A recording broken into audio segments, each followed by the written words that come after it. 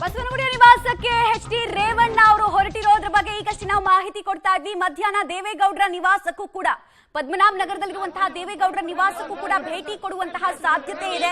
ಅಲ್ಲಿಗೆ ಮತ್ತೊಮ್ಮೆ power centre ಆಗಿ ಬದಲಾಗುತ್ತೆ ಪದ್ಮನಾಭ ನಗರ ನಿವಾಸ ಅನ್ನೋದು ಕೂಡ ಈ ಕ್ಷಣಕ್ಕೆ ಗೊತ್ತಾಗ್ತಾ ಇರುವಂತಹ ವಿಚಾರ.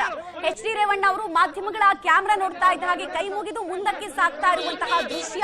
ಪ್ರತಿಕ್ರಿಯೆ ಕೊಡುವಂತಹ ನಿರೀಕ್ಷೆ ಇತ್ತು, ಬಟ್ ಪ್ರತಿಕ್ರಿಯೆ ಕೊಟ್ಟಿಲ್ಲ. ಅದರರ್ಥ ಸುದ್ದಿಗೋಷ್ಠಿಯನ್ನ ನಡೆಸಿ ತಮ್ಮ ವಿರುದ್ಧ ನಡೆದಿರುವಂತಹ ಪಿತೂರಿ, ಅವ್ರ ಪ್ರಕಾರ ಪಿತೂರಿ, ಆ ಪಿತೂರಿ ಬಗ್ಗೆ ಏನಾದ್ರೂ ಮಾಹಿತಿಯನ್ನ ಕೊಡ್ತಾರಾ? ಯಾವ ವಿಚಾರಕ್ಕೆ ಮೌನವನ್ನ ಈ ಕ್ಷಣಕ್ಕೆ ವಹಿಸಿದ್ದಾರೆ? ಆ ಮೌನವನ್ನ ಮುರಿಯುವಂತಹ ಕಾಲ ಇವತ್ತೇ ಇದೆಯಾ? ಎಲ್ಲಾ ಪ್ರಶ್ನೆಗೂ ಕೂಡ ಉತ್ತರ ಇನ್ನಷ್ಟೇ ಸಿಗಬೇಕಾಗಿದೆ. ಇನ್ನು ದೃಶ್ಯಾವಳಿಗಳನ್ನ ಕೂಡ ನೀವು ನೋಡ್ತಾ ಇದ್ದೀರಾ. ಲೈವ್ ಡೀಟೇಲ್ಸ್ ಅನ್ನ ನಿಮ್ಗೆ ತೋರಿಸ್ತಾ ಇದೀವಿ ನಾವು.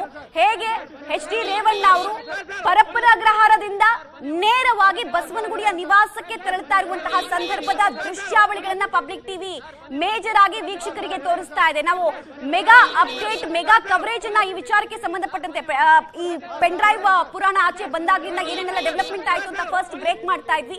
ಈಗಲೂ ಕೂಡ ನಿಮ್ಗೆ ರೇವಣ್ಣ ಅವರು ಆಚೆ ಬಂದ ನಂತರ ಅವ್ರನ್ನ ಬರಮಾಡ್ಕೊಂಡವ್ರು ಯಾರು, ನೆಕ್ಸ್ಟ್ ಅವರು ಹೋಗ್ತಾ ಇರುವಂತಹ ಜಾಗ ಯಾವುದು, ಮುಂದಿನ ರಾಜಕೀಯ ಡೆವಲಪ್ಮೆಂಟ್ ಹೇಗಿರುತ್ತೆ, ಎಲ್ಲದಕ್ಕೂ ಸಂಬಂಧಪಟ್ಟಂತೆ ಎಕ್ಸ್ಕ್ಲೂಸಿವ್ ಡೀಟೇಲ್ಸ್ ಅನ್ನ ನಾವು ಕೊಡ್ತಾ ಹೋಗ್ತಾ ಇದ್ದೀವಿ.